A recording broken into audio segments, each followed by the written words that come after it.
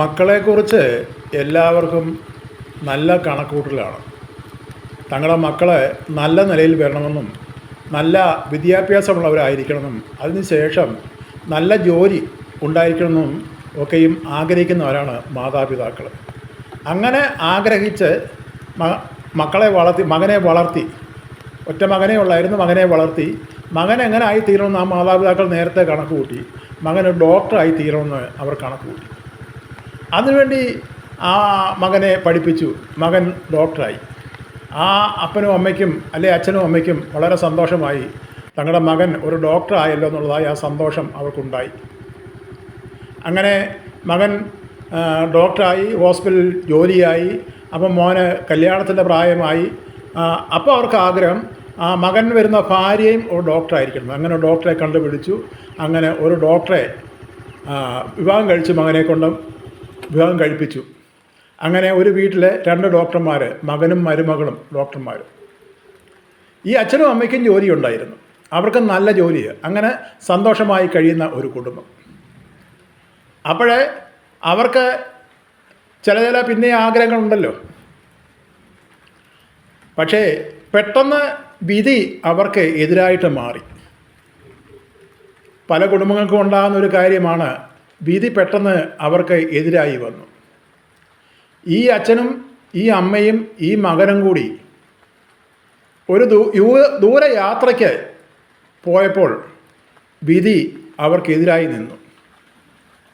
ഓടിക്കൊണ്ടിരുന്ന വാഹനം ഒരു കൊക്കയിലേക്ക് മറിഞ്ഞിട്ട് തൽക്ഷണം ആ മകനും മകളും മരുമകളും അവർക്കുണ്ടായിരുന്ന കുഞ്ഞുങ്ങളോടെ ആ കൊക്കയിൽ വീണ് ആ വാഹനത്തോടു കൂടി അവർ മരിച്ചു. ഈ അച്ഛനും അമ്മയും ശേഷിച്ചു. നാട്ടുകാരൊക്കെയും ഓടി വന്ന് അവരെ ആശുപത്രിയിലാക്കിയെങ്കിലും മകൻ്റെയും മരുമകളുടെയും കൊച്ചുമക്കളുടെയും വേർപാട് അവരെ വളരെ വേദനിപ്പിച്ചു.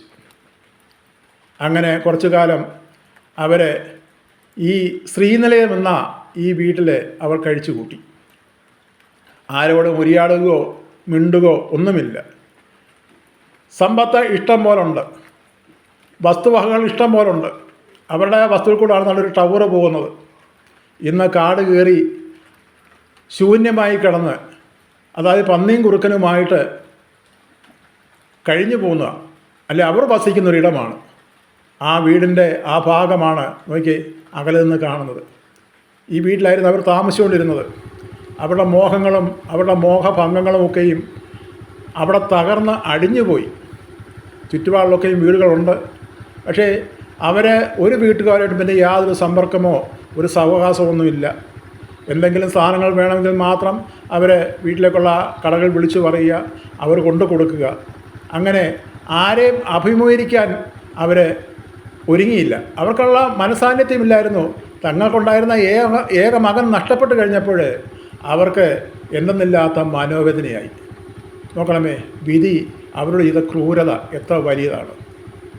വിധി അവർക്കെതിരായി നിന്ന് കഴിഞ്ഞ് വിധി അവരുടെ ക്രൂരത കാണിച്ചു കഴിഞ്ഞപ്പോൾ ഇന്നും ആ ശ്രീനിലയം ഒരു നോക്കുകുത്തിയെപ്പോലെ ഒരു ചോദ്യചിഹ്നവുമായിട്ട് ഇന്ന് വഴിയറമ്പിൽ ഇങ്ങനെ നിൽക്കുകയാണ്. ഇതാണ് മനുഷ്യൻ്റെ അവസ്ഥ. അവരെന്ത് ചെയ്തു? അവരെന്ത് തെറ്റ് ചെയ്തു? അവർ ചെയ്ത തെറ്റിൻ്റെ ഫലമാണോ?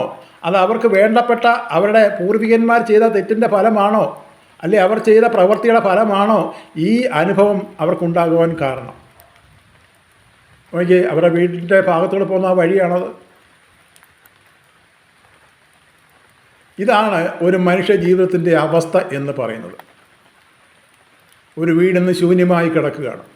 ഗേറ്റ് പൂട്ടി, കാട് കയറി, ആരും ഇല്ലാതെ അന്യരെ പോലെ കിടക്കുന്ന ഒരു വീട്.